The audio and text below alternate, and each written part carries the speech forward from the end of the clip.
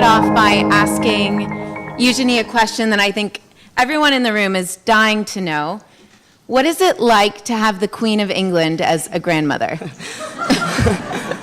Good question. Hi, everyone. Can I just say, though, you're totally inspiring, Rachel and Jonah. Like, I've closed my eyes and I'm totally inspired, so wow. Yeah, thank you for having me. I would have answered that really funnily, but now I've had time to think about it. I have to say that there's no one, oh, look, my name. There's no one who's inspired me and my sister, who's here tonight as well, more. A female figure that has stood strong for her beliefs for more than 63 years and who's been a leader for so many people. So I guess she is my grandmother and she is the Queen, but she's also an incredible role model for young people and all people. So beautiful answer. So Eugenie, you've recently gotten engaged in the anti-slavery movement. Yes. Talk to me a little bit. Let's go back to how you first came across the issue and what initially sparked and inspired your desire to do something about it.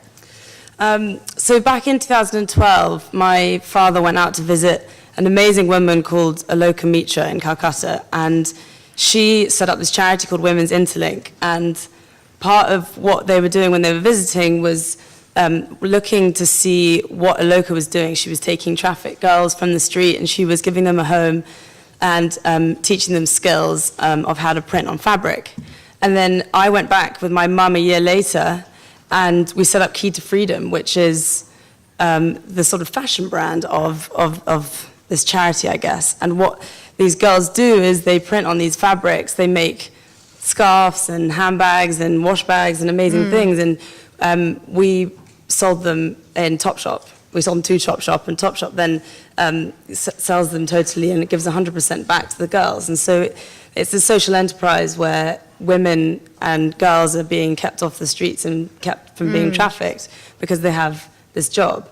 And I guess the right word would be a little bit naive towards trafficking and modern slavery. What do you mean by naive? I guess I didn't know it existed. I kind of just thought, oh, William Wilberforce, 18-something, did away with it. Slavery, that's what it is. And when I saw what was going on, it kind of hits home what was going on in India. And then I thought, right, this is my chance to sort of educate myself and find out what's going on. And then to find out that it's within a mile of where you live in London, and it's all across the world. There's more people in slavery today than there ever was, ever. So it's kind of mind-blowing. And so from that moment onwards, I was like, right, this is going to be something I want to educate myself on, meet all the right people doing this incredible work, and talk to the police force, talk to QCs convicting traffickers, talk to amazing people like you, and learn how you combat this. Because you can't I guess you can't come into it naive. There are so many different ways that you can affect change, so you need to learn. Yeah, and I think there's so many people in this room tonight, and what I love about Nexus is this kind of, this open-handedness of being ready to learn and engage, and so many of us coming in saying we have some manner of resources or connections or ability or education to do something, but also where do we begin? And how did you, stepping into this issue, where did you begin? You said you started to educate yourself. What did that look like for you? So when I got back to London to educate myself, I met with the Salvation Army, who do a lot of work with trafficking, and they took me to a safe house, and I met a survivor there called, let's call her Sharon. And she, I can't tell you this girl, I walked in, and she just gave me this huge hug, and she was sort of 21 years old. She'd been trafficked in Manchester, she lived there, and she was trafficked by her next door neighbor to a gang. And they had done just the most unspeakable things of, burning her alive and smashing things inside her and things like that. And yet she was standing there, not complaining, hugging me, telling me that everything's fine, and that we have to keep fighting and you can do this and get out there and talk about this to people. And she just was remarkable. And it was her that has kind of it's those stories that keep you going. And Yeah. it's the story of Fatima, who was trafficked by ISIS and Yeah. now is living in Germany, but married and happy and has written a book, you know? It's all these stories that you're like, I just can't believe you've gone through that, and yet you're the most remarkable person. You're not complaining about if it's too hot outside or if you haven't got any water by your bed at night. Like, it makes you really think and wonder, and you want to help, you know? Yeah. I'm curious in the room, who would say that 10 years ago they knew that slavery was an issue? And who would say they know of it today? It's been so inspiring to me to see what progress and movement has been made in recent years around this topic. Talk to us a little bit about the Anti-Slavery Collective and what you've launched and what you're working on. It says out there. Oh, does it? Yeah, I'm very Okay. excited. No, it just says my name. Anyway. Oh. It's the first time, guys. So the one thing I will say is that as I think someone was saying before, you got to do this together. Yeah. You got to do this as a whole. We got to get all society together to work from top down to bottom up to everything in between. And I have a best friend who I do it with, and me and her set up the Anti-Slavery Collective together. And what we want to do is, it's kind of, there's a holding page, so don't all go on it and like judge. But what we're doing is we're using tech to convene people and to shine a light on the incredible work that people are doing.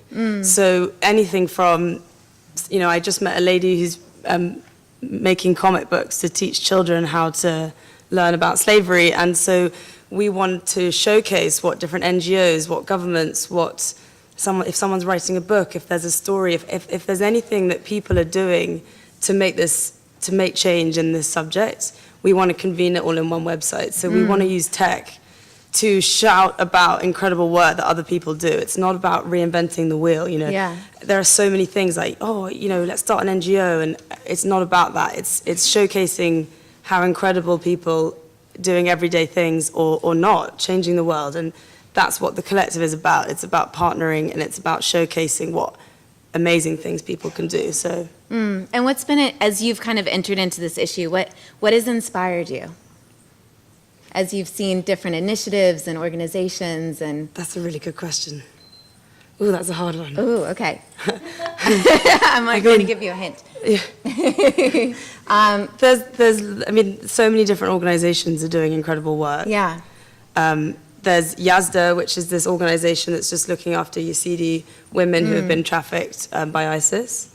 There's UN Trust Fund to End Violence Against Women, which is doing incredible work with different organizations in Serbia and India and things like that. There's all these, there's Nexus. I mean, you have an amazing working group, which... Who's in the working group on trafficking and slavery? We have a few people here. Yeah. So it's things like that. It's stories like that. It's stories like Aloka in India and Calcutta making these bags with these girls. It's stories like Sharon in the Salvation Army, who is working every day to make this world a better place for other victims and other survivors. You know, it's things like that that are really inspiring. And what do you feel like coming into this group and into Nexus? How can we as a community be supporting you or coming alongside you or participating in what you're doing? Because so much of the fabric of Nexus is this collaborative effort to work on these issues and find ways to partner with each other.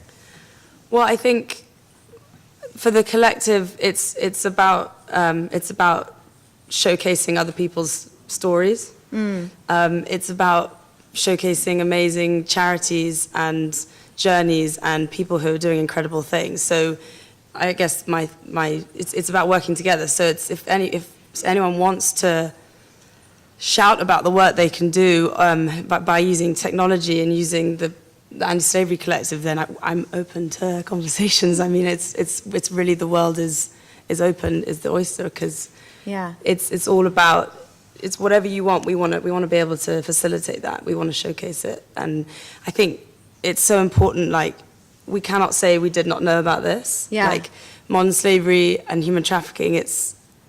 We cannot. Wilberforce said, "You cannot say you did not know." It's something that we we can do in everyday life, we can stop ourselves, exacerbating this issue. And I want to be a part of that, and I believe that Nexus is like the perfect facilitator as well. Did you feel coming into it, did you feel that there were any, just as an individual, again, coming into this group where everyone's looking to engage in these big issues in significant ways, did you feel any hesitations or pushback or fear or, I don't know, I think we all kind of struggle with, can I really do something and make a difference? Do you feel that in your position?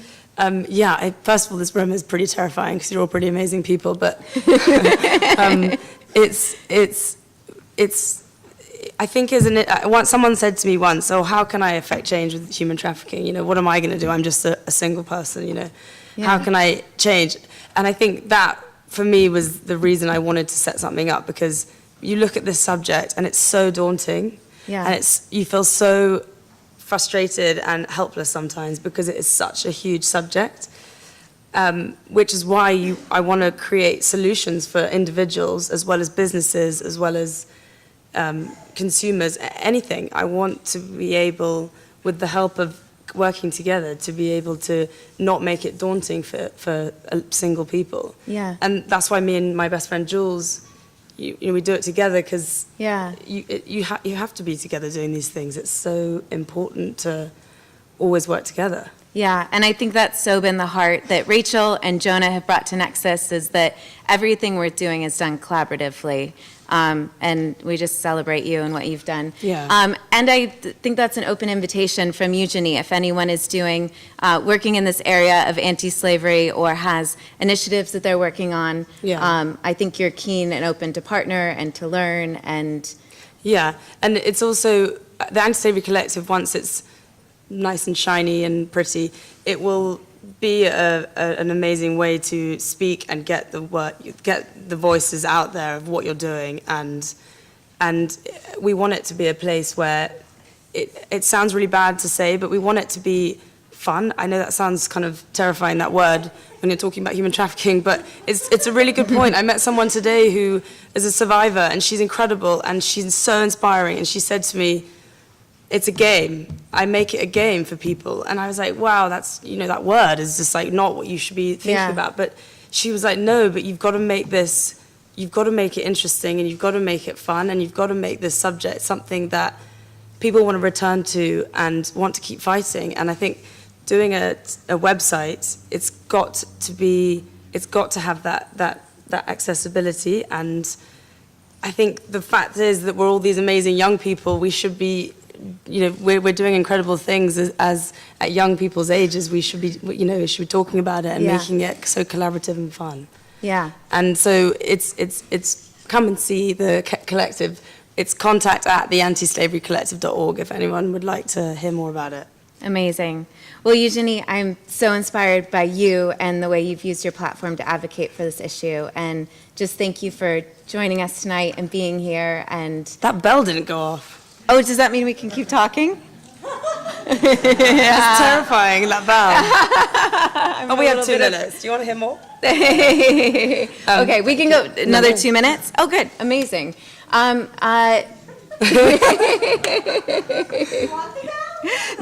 terrifying, bell. That bell. We were standing on the side being like, does that mean that we won something or that we should be afraid of something? No, but I'll just say... that it's incredible sitting here, and everyone sounds like they're doing incredible things and fighting the good fight. And I just am so proud to also be sitting here talking to you about this collective, because I never thought we could do it. And it's just really amazing that I'm kind of sitting here with my name up there and it being about changing the world. I think it's amazing. So thank you so much.